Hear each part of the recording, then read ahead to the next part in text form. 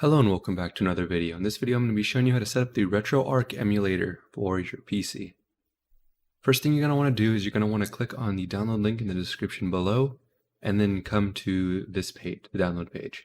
When you scroll down here, you're going to see a list of operating systems and different platforms you can download it for, including iOS, Android, Raspberry Pi, Linux, Mac, Xbox, other version of Mac, and Windows going from 95 to 10. So I'm going to download the 64-bit installer. You're going to want to match up your Windows version. Most people will have a 64-bit because that is the most common and most modern version of Windows. So now we'll wait for this to download and I'll be right back when it's done. And we're back with RetroArch done downloading. So what you're going to want to do once you've downloaded it is you're going to want to double click on the exe installer file. It's going to start up the install window and then you're just going to click next, accept the terms and conditions, next. Choose your download location, so I'll be downloading it to the default. Next, and then you can choose if you install any components. I'm going to install the DirectX 9. You can choose not to, but I'm going to. Click next, and then click install. Now just wait for this to finish installing, and I'll be back when it's done. Once it's almost done installing, if you chose to download DirectX 9 runtime, it'll get you this DirectX setup window, so just accept.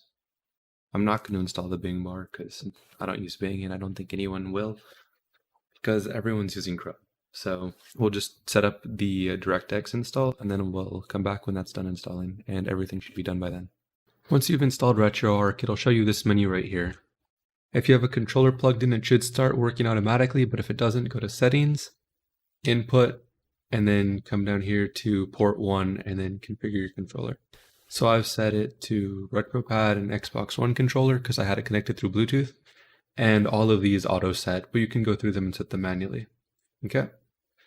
Once you've done that, you can go to main menu again. So it says load core right here and then load content and then a bunch of other things. So cores are emulators. As you see, I have a SNES emulator installed right now. If you click download core, it'll just show you a list of different emulators for like the Commodore systems, Fairchild. I don't know why you want to do that, but you can. NEC systems, a huge amount of Nintendo systems. But to download them, you just press A or Enter when you're highlighted it, and then it'll say core installed in the bottom left. And if you click load core, it'll show up there. So we'll load the NES core or SNES core, and then click on load content. When you come to load content, what it'll do is it'll, depending on the core you have installed, it'll run the ROMs.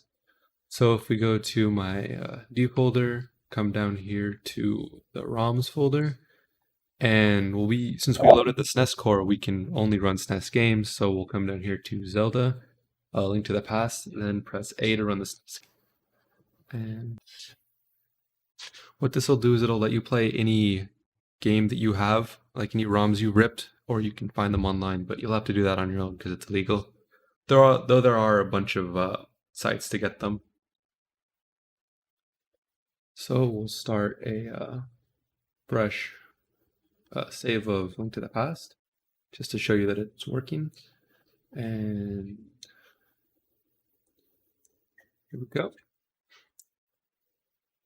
So yeah, the game's just working now.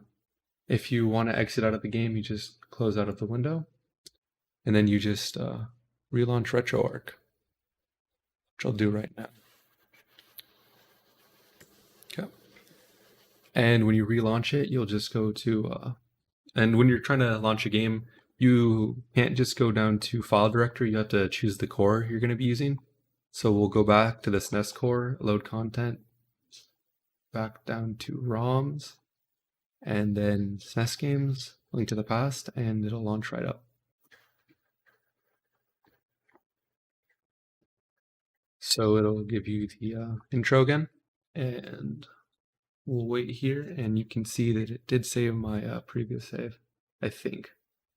I don't know if I reached a save point, but we'll see.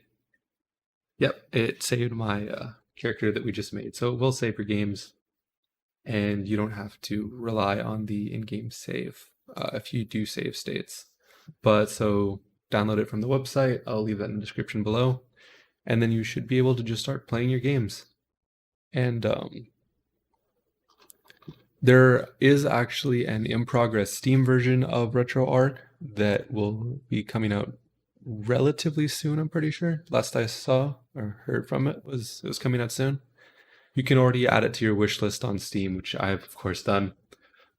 And it should make it so you don't have to do any of the downloading, but you'll still have to do all of this internal setup. So another cool feature of this is NetPlay, which is you can host a server so you and your friends can connect through RetroArch to play old games online, kind of like how Parsec works. And I will be hosting a Parsec tutorial next as the next video. Pretty sure I'll have to check on that. But here you have NetPlay, so you can play with friends online. Here you can import content.